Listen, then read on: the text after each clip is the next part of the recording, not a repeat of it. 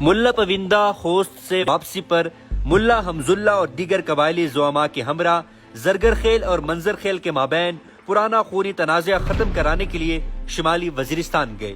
قبائل کے مابین تنازعات کو ختم کرنے اور افغان حکومت کے ساتھ پائیدار تعلقات اور امداد کی بدولت آپ قبائل میں مثالی اتحاد قائم کرنے کے خواہاں تھے، لیکن قدرت کو کچھ اور منظور تھا۔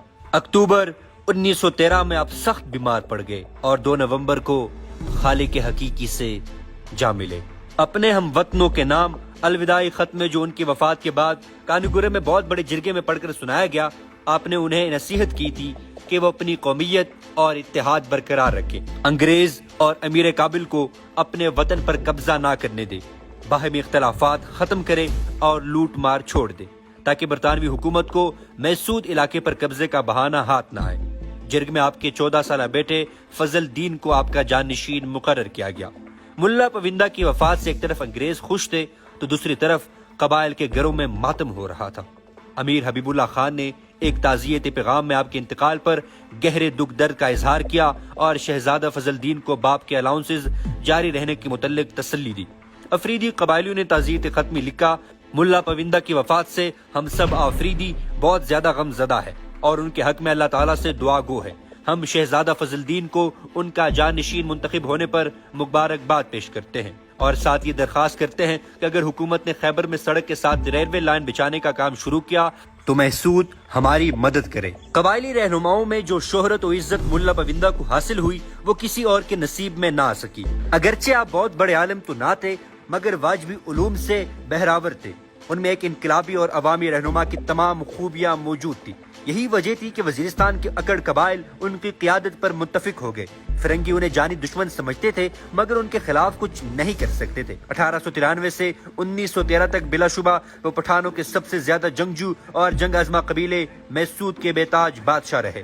جب تک زندہ رہے وزیرستان فرنگی کا مرکز نگاہ رہا، کوئی ایسی پالیسی یا حربہ نہیں رہا جو انہوں نے وزیرستان کی قبائل کے خلاف نہ آزمایا ہو۔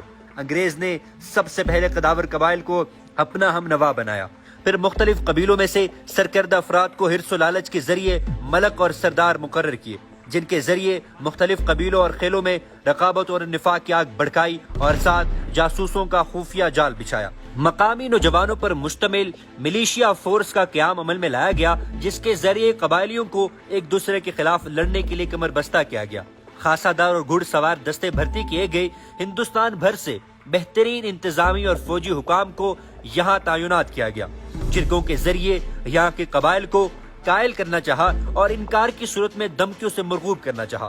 ملا پویندہ کے پیچھے وزیرستان بھر میں فوج لگا دی گئی۔ ان سارے اقدامات کا مقصد یہ تھا کہ بلوچستان میں فارورڈ پالیسی کی کامیابی کے بعد اسے وزیرستان میں روبہ عمل لایا جا سکے، مگر ان تمام حالات کا ملا پویندہ نے جس دلیری اور مردانگی سے مقابلہ کیا اس کی بدولت آپ کی عظمت میں دن بدن اضافہ ہوتا گیا۔ آپ نے گوریلا کارروائیوں کے ذریعے انگریز کو خوف و ہراس میں مبتلا کیا، جس کے باعث اس وقت کے حکمرانوں نے آپ کو غنڈہ اور بدماش کے نام سے پکارا، جبکہ قبائل نے انہیں اپنا قومی ہیرو مانا۔ مختصر یہ کہ پورے 100 سال کی جدوجہد کے دوران آپ کے 20 سالہ دور کو تاریخ میں حیرت انگیز اہمیت حاصل رہی۔ خفیہ دستاویزات میں ان کے دور میں محسود قبیلے کے کارناموں کو جو غیر معمولی اہمیت حاصل ہے اس کی مثال نہیں ملتی۔